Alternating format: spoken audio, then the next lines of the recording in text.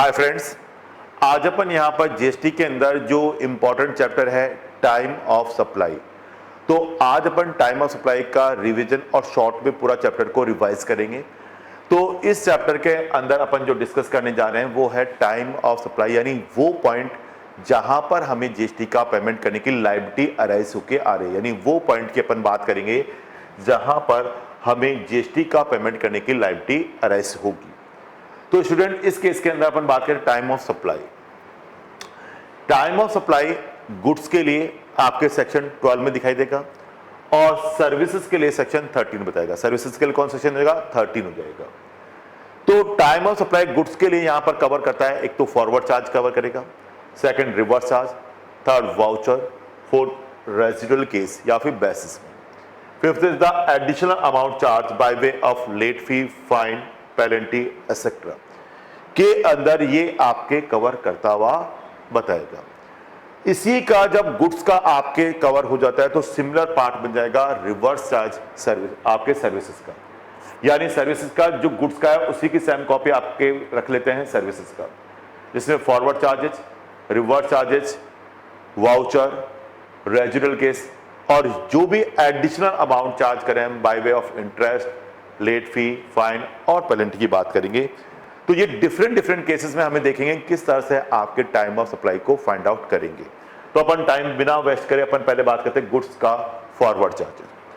तो student, goods का forward charge को मैं यहां पर बात करने जा रहा हूं। तो फॉरवर्ड चार्जेस किसकी बात करें अपन? गुड्स के लिए। टाइम ऑफ सप्लाई क्या होगी इस केस में? हु इज लायबल टू पे जीएसटी फॉरवर्ड चार्ज में? सप्लायर। कौन पे करेगा? सप्लायर।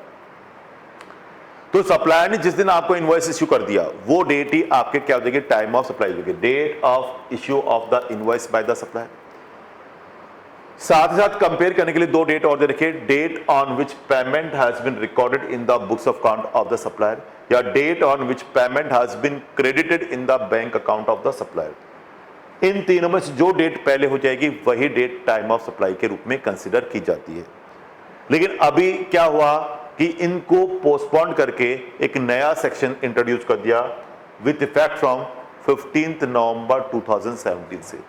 क्या था कि जीएसटी के अंदर काफी डिस्प्यूट पैदा हो रहे थे, तो गवर्नमेंट ने कहा कि इतना डिफिकल्ट रखेंगे तो काफी डिफिकल्टीज आ जाएगी। तो जैसे ही आपके 15 नवंबर 2017 इंट्रोड्यूस हुआ वहां पर एक ही डेट दे दी, date of issue of invoice, यानी एडवांस में यदि आपको गुड्स के लिए पैसा मिलता है तो उसको इग्नोर करना है। अभी एडवांस में यदि आपको गुड्स के लिए पैसा मिलता है उसको इग्नोर करना है और सिर्फ आपको देखना होगा date of issue of the invoice by the supplier, बस ये देखनी है। या फिर last date of issue of the invoice, या फिर क्या बताता है? Last date of issue of invoice by the supplier. तो लास्ट डेट क्या होगी वो अपन देखेंगे। तो यहां 15 नवंबर में जो एडवांस में आपको पेमेंट रिसीव होगा उसको इग्नोर करने के लिए आपके इसमें बताएगा। अब यहां पर आता है कि जिस दिन आपने इनवॉइस इशू कर दिया वो डेट ले लो, लेकिन यदि मान लो आप इनवॉइस इशू नहीं कर रहे हो, आप इनवॉइस इशू नहीं कर रहे हो, तो हमारी गवर्नमेंट ने यहां पर इनवॉइस इशू इन सिचुएशन में आपके इनवॉइस इशू मान लीजिएगा, जो कि सेक्शन 31 सब सेक्शन 1 के अंदर दिया गया। जैसे मान लीजिए गुड्स के अंदर मूवमेंट है, मैंने आपको बताया था कि मेरा फैक्ट्री था यूपी में, फैक्ट्री कहां था? यूपी में, और ब्रांच ऑफिस कहां है, शोरूम कहां पर है? मेरा दिल्ली में। दोनों जगह ऑनर में ही हूं, दोनों जगह ऑनर में ही हूं। फैक्ट्री कहां है? यूपी में। शोरूम कहां है? दिल्ली में। दोनों मेरे ही हैं, तो क्या मैं खुद को बिल इशू करूंगा? पॉसिबल ही नहीं है।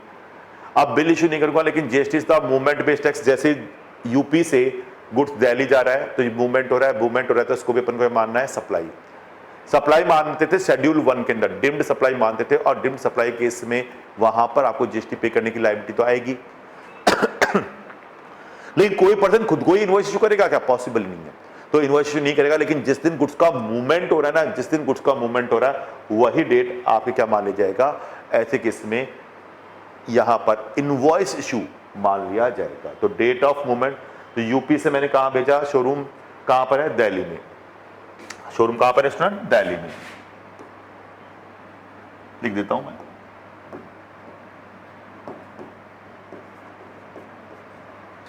दिल्ली भेजा, यूपी से मेरा शोरूम दिल्ली में था, तो इसको डिम्ड सप्लाई मान रहे थे, तो डिम्ड सप्लाई मान रहे हैं। तो जिस दिन गुड्स का मूवमेंट हुआ उस दिन हम इनवॉइस इशू कंसीडर कर जाएंगे। दूसरा, यदि गुड्स के अंदर मूवमेंट नहीं है, गुड्स के अंदर मूवमेंट नहीं है, there is no movement in goods, यानी आपने अपनी फैक्ट्री के अंदर असेंबल करवा लिया गुड्स को, वहीं तैयार करवा लिया, तो मूवमेंट पॉसिबल ही नहीं है। तो ऐसे केस में जिस दिन गुड्स रेडी टू यूज है या बायर ने एक्सेप्टेंस दे दिया कि हाँ साहब मैंने मान लिया कि गुड्स रेडी हो गया, तो वो डेट आपके इनवॉइस इशू मान लिया जाएगा। यदि हमने अप्रूवल बेस पे गुड्स भेजा है, यदि स्टूडेंट मैंने अप्रूवल बेस पे गुड्स भेजा है, तो यदि मैंने अप्रूवल बेस पे गुड्स भेजा है तो date on which acceptance given by the buyer, यानी जिस दिन बायर ने एक्सेप्टेंस दे दिया, जिस दिन बायर ने आपके एक्सेप्टेंस दे दिया वो डेट, या फिर after the expiry of the 6 month, जैसे 6 महीने एक्सपायर होंगे, बायर तो अच्छा है वो एक्सेप्टेंस दे ही नहीं रहा, लेके बैठा है निकम्मा है, तो जैसे ही 6 महीने एक्सपायर होंगे उससे अगला दिन ही आपका यहां पर इनवॉइस इशू मान लिया जाएगा, और इनवॉइस इशू मानते हुए स्टूडेंट वहां पर आपकी क्या जाएगी, टाइम ऑफ सप्लाई आ जाएगी, वहां पर आपकी क्या जाएगी, टाइम ऑफ सप्लाई। तो यानी अब टाइम ऑफ सप्लाई के लिए क्या हो गए, दो आपके सीधे सीधी बात है, 12(2)(a) के अंदर आपके नया पॉइंट इंट्रोड्यूस कर दिया, यानी अब सिर्फ आपको देखना है date of issue of invoice या फिर last date of issue of invoice. Advance के रूप में कोई अमाउंट आपको रिसीव होता है तो इस पे आपको जीएसटी का पेमेंट करने की लायबिलिटी अरेज नहीं होगी। इसके बाद अपन बात करते हैं, ये तो फर्स्ट हो गया कंटिन्यूअस सप्लाई ऑफ गुड्स। जैसे अपन बात करते हैं कंटिन्यूअस सप्लाई ऑफ गुड्स, वहां पर जैसे ये गैस आपके क्या है, गुड्स है, और आपकी फैक्ट्री में कंटिन्यूअस सप्लाई हो रही है और आप इस केस के अंदर कंटिन्यूअस सप्लाई कर रहे हो, तो ऐसे केस में टाइम ऑफ सप्लाई निकालने के लिए सेक्शन 31(4) वहां इनवॉइस इशू करने के लिए बताएगा। तो कंटिन्यूअस सप्लाई किसकी, गुड्स की बात करें, जैसे एग्जांपल में मैं ले ले रहा हूं गैस, तो गैस की पाइपलाइन है वो आपको कंटिन्यूअस आपको क्या कर रहा है, सप्लाई कर रही है, और उसके बिहाफ पर आप पेमेंट कर रहे हो, तो जब आप उसका पेमेंट कर रहे हो वही डेट आप इनवॉइस इशू की मान लेना। तो date of issue of the invoice 12(2)(a) section 31(4) के साथ अपन रीड करेंगे डेट ऑफ पेमेंट मेड, जिस दिन आपने पेमेंट किया वही डेट यहां पर टाइम ऑफ सप्लाई मान लेंगे। किसके केस में, गुड्स के केस में जो कंटिन्यूस सप्लाई हो रहा है, जैसे गैस का कनेक्शन हमने ले रखा है, अपने यहाँ तो गैस क्या है, सिलेंडर में आती है, बॉम्बे वगैरह में पाइपलाइन के थ्रू आती है, तो वो पाइपलाइन के थ्रू अपन गैस की सप्लाई करें, उसकी बात अपने यहाँ पर की जा रही है। आगे लेते हैं स्टूडेंट, अब आते हैं गुड्स के केस में रिवर्स चार्ज। रिवर्स चार्ज का मतलब क्या है कि आपके टैक्स कौन पे करता है, रिसिपिएंट। रिवर्स चार्ज का मतलब है टैक्स कौन पे करेगा, रिसिपिएंट, और रिसिपिएंट कौन है, हु इज लायबल टू पे कंसिडरेशन, जो आपकी कंसिडरेशन पे करने के लिए लायबल हो जाएगा। तो ऐसे केस में यहां पर अपन चैप्टर 3 देखेंगे, तो उस केस में आरसीएम के लिए सेक्शन 9(3) नोटिफाइड गुड्स का रखे हैं और नोटिफाइड सर्विसेज का रखे हैं। जैसे अपन बात करते हैं, अपन second hand vehicle, motor car वगैरह परचेज करते हैं, रिवर्स चार्ज में कौन टैक्स पे करेगा, जो बायर है, यानी जो आपके ट्रू वैल्यू है, कार देखो है, वो जब आपसे कार खरीदेंगे तो रिवर्स चार्ज में वो टैक्स जमा कराएंगे। तो 9(3) of CGST act 2017, 5(3) IGST act 2017। ऐसे अपन बात करते हैं यहाँ पर स्क्रैप वगैरह, कोई रद्दी वगैरह खरीद रहा है तो रिवर्स चार्ज में जो बायर कर रहा है वही टैक्स जमा कराएगा।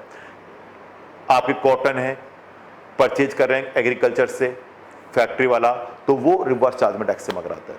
या फिर कुछ आपके रजिस्टर्ड पर्सन है, अनरजिस्टर्ड पर्सन, जो सप्लायर है वो है अनरजिस्टर्ड पर्सन और जो रिसिपिएंट है वो रजिस्टर्ड पर्सन है, तो जो रिसिपिएंट रजिस्टर्ड पर्सन है वो रिवर्स चार्ज में जमा कराएगा आपके सप्लायर का टैक्स। तो ये नोटिफाइड सप्लाई की अपन बात करते हैं।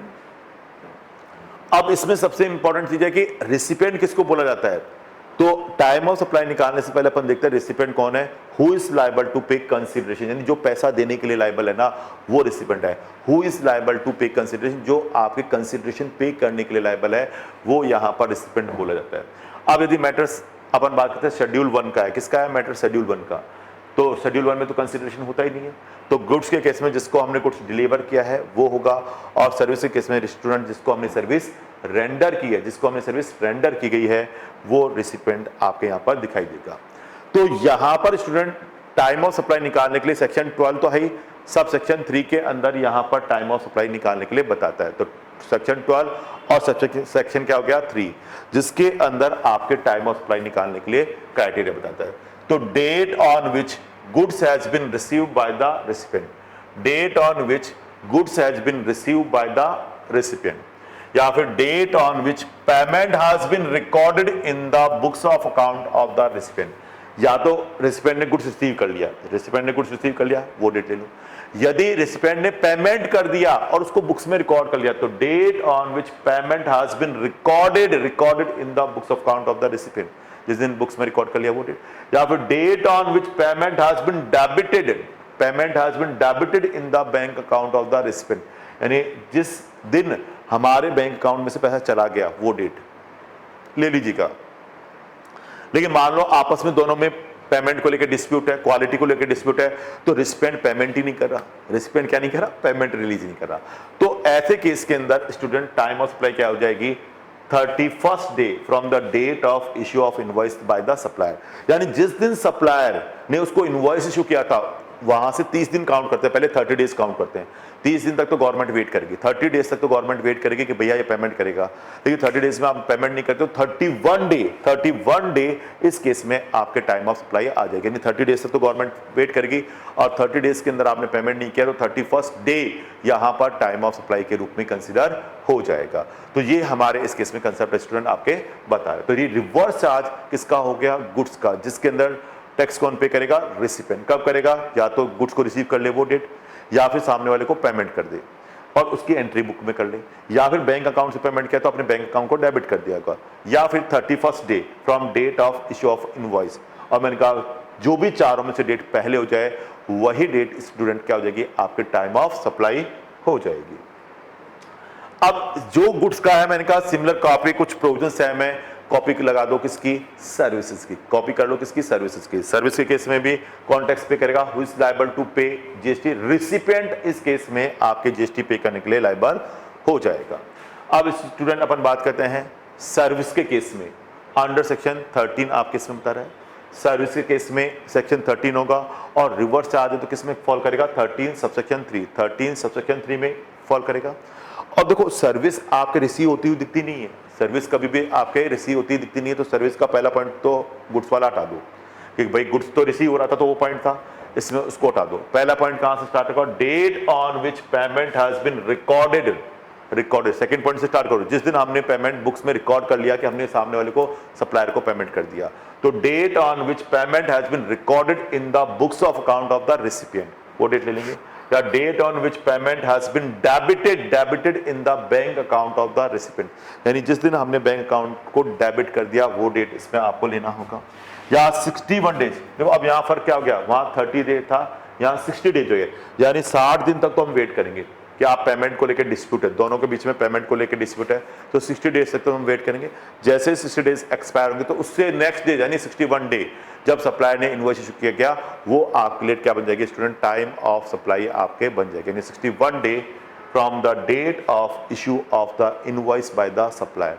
अब तीनों में से जो डेट पहले हो जाएगी वही डेट स्टूडेंट आपके यहां पर क्या जाएगी, टाइम ऑफ सप्लाई आ जाती है।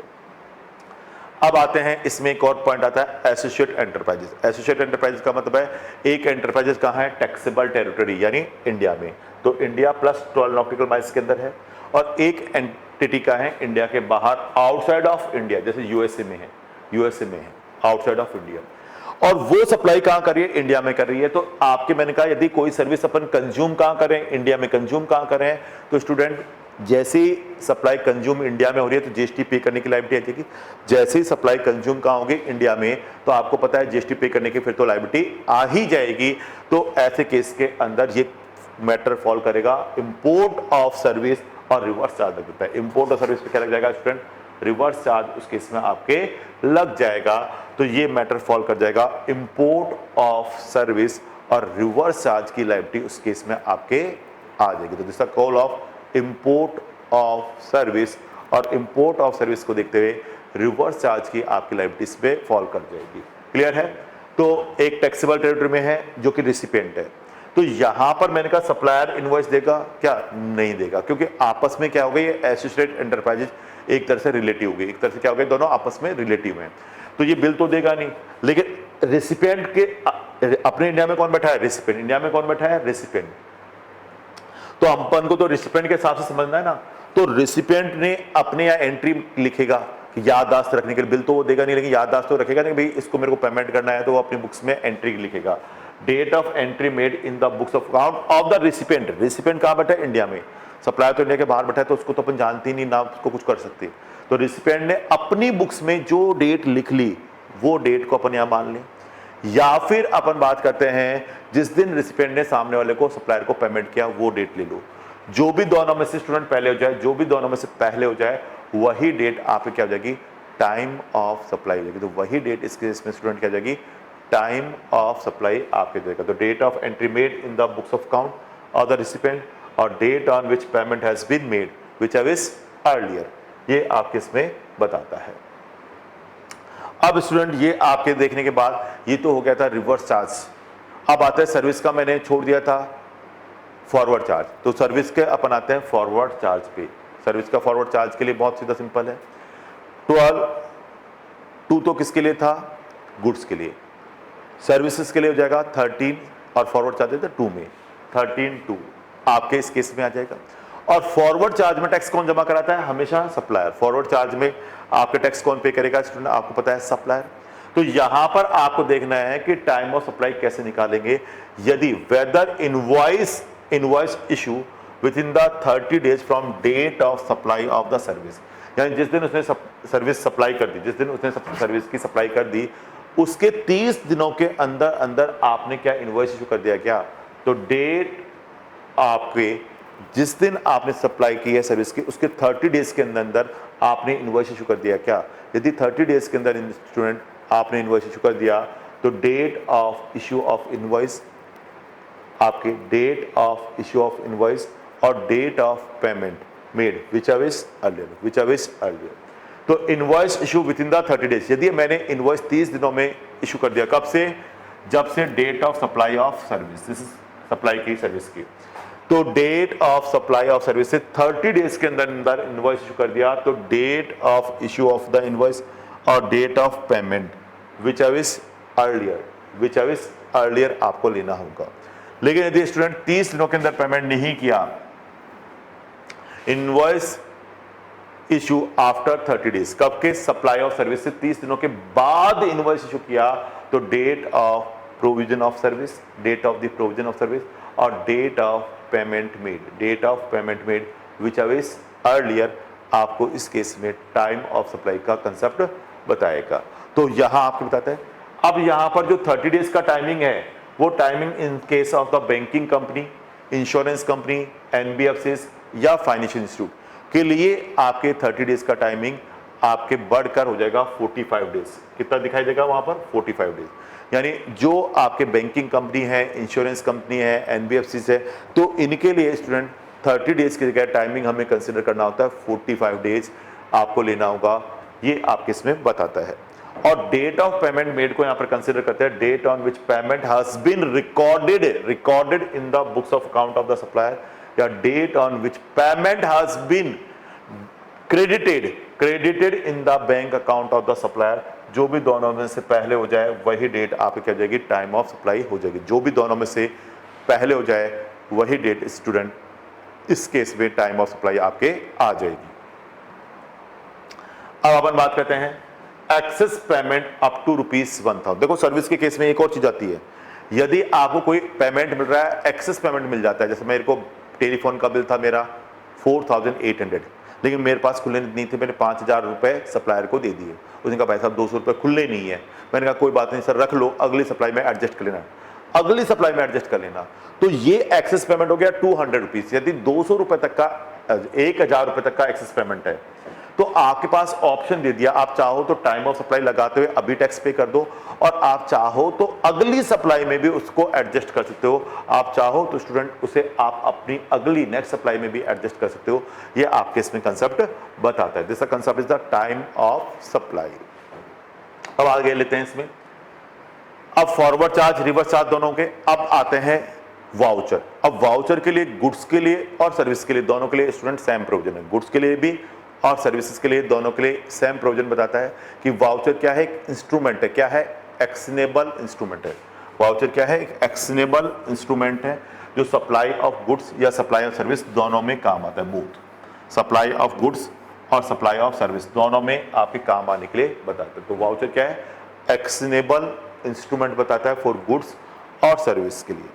तो यहां टाइम ऑफ सप्लाई निकालने के लिए कहता है कि यदि आपके वाउचर इश्यू करते हैं उस टाइम पे क्या सप्लाई आइडेंटिफिकेबल है क्या? Supply is identifiable at the time of issue of the voucher. ये कहते हैं yes, supply is the identifiable at the time of the issue of voucher.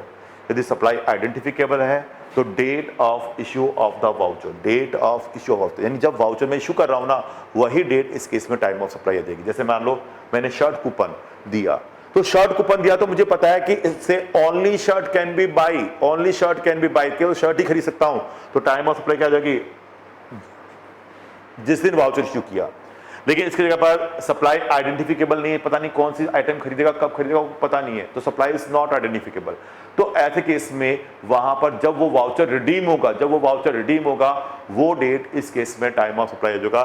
जब वो वाउचर रिडीम होगा तो वो डेट स्टूडेंट इस केस में टाइम ऑफ सप्लाई आ जाएगी। तो ऐसे केस में जैसे फूड पास में दे रहा हूं, जैसे फूड पास दे रहा हूं, तो ऐसे केस में टाइम ऑफ सप्लाई क्या हो जाएगी? वो फूड पास मैंने रिडीम कराया वो डेट आ जाएगी, यानी जिस दिन मैंने रिडीम कराया वो डेट आ जाएगी यदि मैंने फूड पास दिए। तो supply is not identifiable at the issue of the voucher. तो जैसे फूड पास दे दिए, तो जब मैं उनको रिडीम करा रहा हूं वो डेट मेरी टाइम ऑफ सप्लाई आ जाएगी। इसके बाद आते हैं student residual case. Residual case का मतलब है बेस्ट जजमेंट, यानी जब फॉरवर्ड चार्ज, रिवर्स चार्ज और वाउचर तीनों नहीं लग रहे, फॉरवर्ड चार्ज, रिवर्स चार्ज और वाउचर तीनों नहीं लग रहे, तो ऐसे केस में जो हमारा प्रॉपर ऑफिसर है, जो हमारा कौन है? प्रॉपर ऑफिसर है, अपनी बेस्ट ऑफ नॉलेज को, यानी अपनी बेस्ट ऑफ नॉलेज को यूज करते हुए जो आपकी टाइम ऑफ सप्लाई निकालता है, उसको अपन बोलते हैं रेजिडुअल केसेस। तो गुड्स के केस में हो जाएगा 12/5, सर्विस के केस में हो जाएगा 13/5। और रेजिडुअल केस के केस में स्टूडेंट हमें देखना है कि क्या यहाँ पर जो पर्सन है वो रजिस्टर्ड पर्सन है क्या? रजिस्टर्ड पर्सन है तो वो हर महीने या क्वार्टरली रिटर्न फाइल करने की उसकी ड्यू डेट आएगी। तो जो रिटर्न फाइल करने की उसकी रिक्वायरमेंट है, ड्यू डेट है, उसको हमें यहाँ पर टाइम ऑफ सप्लाई में लेना होगा। लेकिन स्टूडेंट यदि वो रजिस्टर्ड पर्सन नहीं है, वो रजिस्टर्ड पर्सन नहीं है, अनरजिस्टर्ड पर्सन है, जैसे मान लो एक पर्सन है, जैसे मैं आपको पढ़ा रहा हूँ और सप्लाई करे जा रहा हूँ, सप्लाई करे जा रहा हूँ, और मेरा टर्नओवर 1 CR को क्रॉस कर गया, 1 करोड़ को क्रॉस कर गया, लेकिन मैंने जीएसटी नंबर लिया ही नहीं, मैंने जीएसटी नंबर नहीं लिया। डिपार्टमेंट ने सर्च किया कि साहब आपने तो 1 करोड़ से टर्नओवर कर दिया, 20 लाख के ऊपर आपको जीएसटी नंबर लेना था, अब तो आपको जेल में भेजेंगे। तो मैंने कहा साहब जेल में मतलब जो होगा मैं कर दूंगा, उनका टैक्स जमा कराना पड़ेगा इमीडिएटली। तो मैं जिस दिन जीएसटी का टैक्स जमा करा रहा हूं, जिस दिन मैं जीएसटी का टैक्स जमा करा रहा हूं, वो डेट टाइम ऑफ सप्लाई हो जाएगी। लेकिन मान लो मैं जीएसटी में रजिस्ट्रेशन नंबर ले लेता हूं, लेकिन प्रॉपर रूप से टैक्स जमा नहीं करा रहा था, तो बाद में डिपार्टमेंट सर्च किया और अब मेरे से टैक्स जमा करवा रहे हैं, तो जिस दिन मेरे वो रिटर्न के अंदर टैक्स जमा कराने की डेट थी, तो वो डेट यहां पर टाइम ऑफ सप्लाई आ जाएगी। उसको बोलते हैं रेजिडुअल केसेस। इसको क्या बोलेंगे स्टूडेंट? Residual cases. अंदर लास्ट अपन बात करते हैं यहां पर रेजिडुअल केस के बाद एक होता है एडिशनल अमाउंट मिलता है मुझे by way of interest, late fee, fine और पेनल्टीज।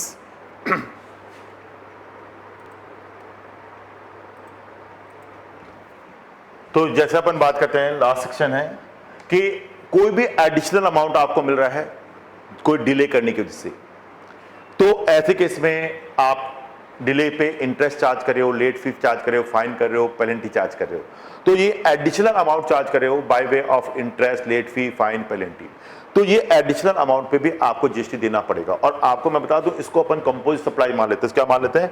रेट जो लगाएंगे वो कंपोजिट सप्लाई के एप्लीकेबल कर देते हैं, क्योंकि जो मेन सप्लाई के ऊपर प्रिंसिपल सप्लाई पे जो रेट लग रही है वही रेट इस पे अपन चार्ज करते हो, टैक्स चार्ज कर लेते हैं। तो ऐसे केस में गुड्स के लिए 12/6 कर दिया, सर्विस के लिए कर दिया 13/6 कर दिया, और इस पे टैक्स पे करने के लिए वो डेट आ जाएगी जिस दिन टाइम ऑफ सप्लाई जाएगी actual amount has been recorded, received, actual amount has been received, यानी जिस दिन आपने एक्चुअल में पैसा रिसीव कर लिया ना, तो ही जीएसटी देना है। आपने बुक्स में एंट्री ड्यू कर ली, ड्यू करने से नहीं होगा कुछ काम। जिस दिन एक्चुअल में आपने बुक्स में एंट्री कर दी, रिसीव कर ली, बुक्स में एंट्री करने से कोई काम नहीं है, आपको पैसा एक्चुअल में रिसीव हो जाएगा ना, तब आपको करना है। जैसे आपने 10 लाख की मशीन बेची, 10 लाख की मशीन बेची, लेकिन वहां पर आपने 10,000 लेट फी चार्ज कर दी, क्योंकि टाइम से वो 1 मंथ में आपके पेमेंट नहीं करा, कि हमने कहा कि मशीन का पेमेंट आपको विद इन द 1 मंथ करना है, 1 मंथ में नहीं करोगे 10,000 लेट फी है। अब जो पर्सन था वो 1 महीने के बाद आया, हमने 10,000 की लेट फी दिखा रखी है, लेकिन उसने कहा मैं तो नहीं दूंगा, अब वो दे नहीं रहा, तो ऐसे केस में वो अमाउंट आपको एक्चुअल में रिसीव नहीं हुआ तो जीएसटी नहीं देना, या फिर आप एक्चुअल में जिस दिन रिसीव करोगे ना वही डेट टाइम ऑफ सप्लाई हो जाएगी, तो actual amount has been receive. और इसके अंदर एक चीज ध्यान में रखना, जब अपन बात करते हैं इंटरेस्ट है, लेट फी है, फाइन और डिले पेमेंट, इस पे टाइम ऑफ सप्लाई कैसे बनेगी? तो इसके लिए आपको देखो टाइम ऑफ सप्लाई एक्चुअल में रिसीव होगी तब बनेगी, और जब मैं वैल्यू ऑफ सप्लाई पढ़ाऊंगा तो सेक्शन आ जाएगा 12(2)D, ये एडिशनल अमाउंट पे टैक्स देने के लिए कहता है actual receive by the supplier. वो तो मानेंगे, इसको इंक्लूड कर लेते हैं वैल्यू ऑफ सप्लाई में। जब अपन वैल्यू ऑफ सप्लाई पढ़ेंगे तो वैल्यू ऑफ सप्लाई में इंक्लूड करना है, और किस फॉर्मूले के साथ इंक्लूड करना है? इंक्लूडिंग ऑफ जीएसटी मानना है। यानी जो भी जैसे लेट फी मैंने को 10,000 मिली या पेनल्टी 10,000, तो जब तक क्वेश्चन में कुछ नहीं कहा जाए, जब तक मुझे मानना है इंक्लूडिंग ऑफ जीएसटी। क्या मानना है मुझे? Including of GST. तो 10,000 plus 10,000 divide by 100 plus 18 multiply by 100 करेंगे तो वैल्यू ऑफ सप्लाई आ जाएगा, और फिर जीएसटी जो पे करने की लायबिलिटी आ जाएगी। तो एडिशनल अमाउंट रिसीव्ड कर रहा हूं बाय वे ऑफ जो भी अमाउंट एक्चुअल में रिसीव किया divide by 100 plus 18 multiply by GST rate के थ्रू आपको करना होगा। यानी वो तो था टाइम ऑफ सप्लाई, जब एक्चुअल में अमाउंट आपको रिसीव होगा वो डेट पे टैक्स देना है। लेकिन इसके साथ साथ ये भी ध्यान में रखना कि इसके लिए एक लिंक सेक्शन होता है 15(2)D, यानी जो भी एडिशनल अमाउंट मिल रहा है वो वैल्यू सप्लाई में ऐड होगा, और उस ऐड अमाउंट को आपको टैक्स पे करना होगा जब ये एक्चुअल में रिसीव होगा, और इंक्लूडिंग ऑफ जीएसटी मानते हुए आपको ऐड करना है। यानी जल्दी कहते हैं कि जीएसटी का अमाउंट अलग से चार्ज कर रहा है, जब तो नहीं वो अमाउंट ले लेना 10,000 का 10,000 ले लेना। लेकिन यदि वो कहता है कि ये 10,000 लेट फी चार्ज की, तो हमेशा आपको एग्जाम के पॉइंट ऑफ व्यू से स्टूडेंट क्या मानना, उसको इंक्लूडिंग ऑफ जीएसटी मानते हुए कैलकुलेशन करना। और इस पे जो रेट लगेगी ना, रेट लिखेगी वो भी लिख लो। रेट जो यूज होगी, रेट आपकी यूज होगी स्टूडेंट,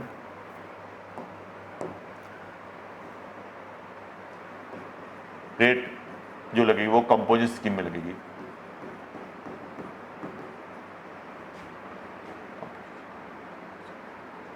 कंपोजिट सप्लाई,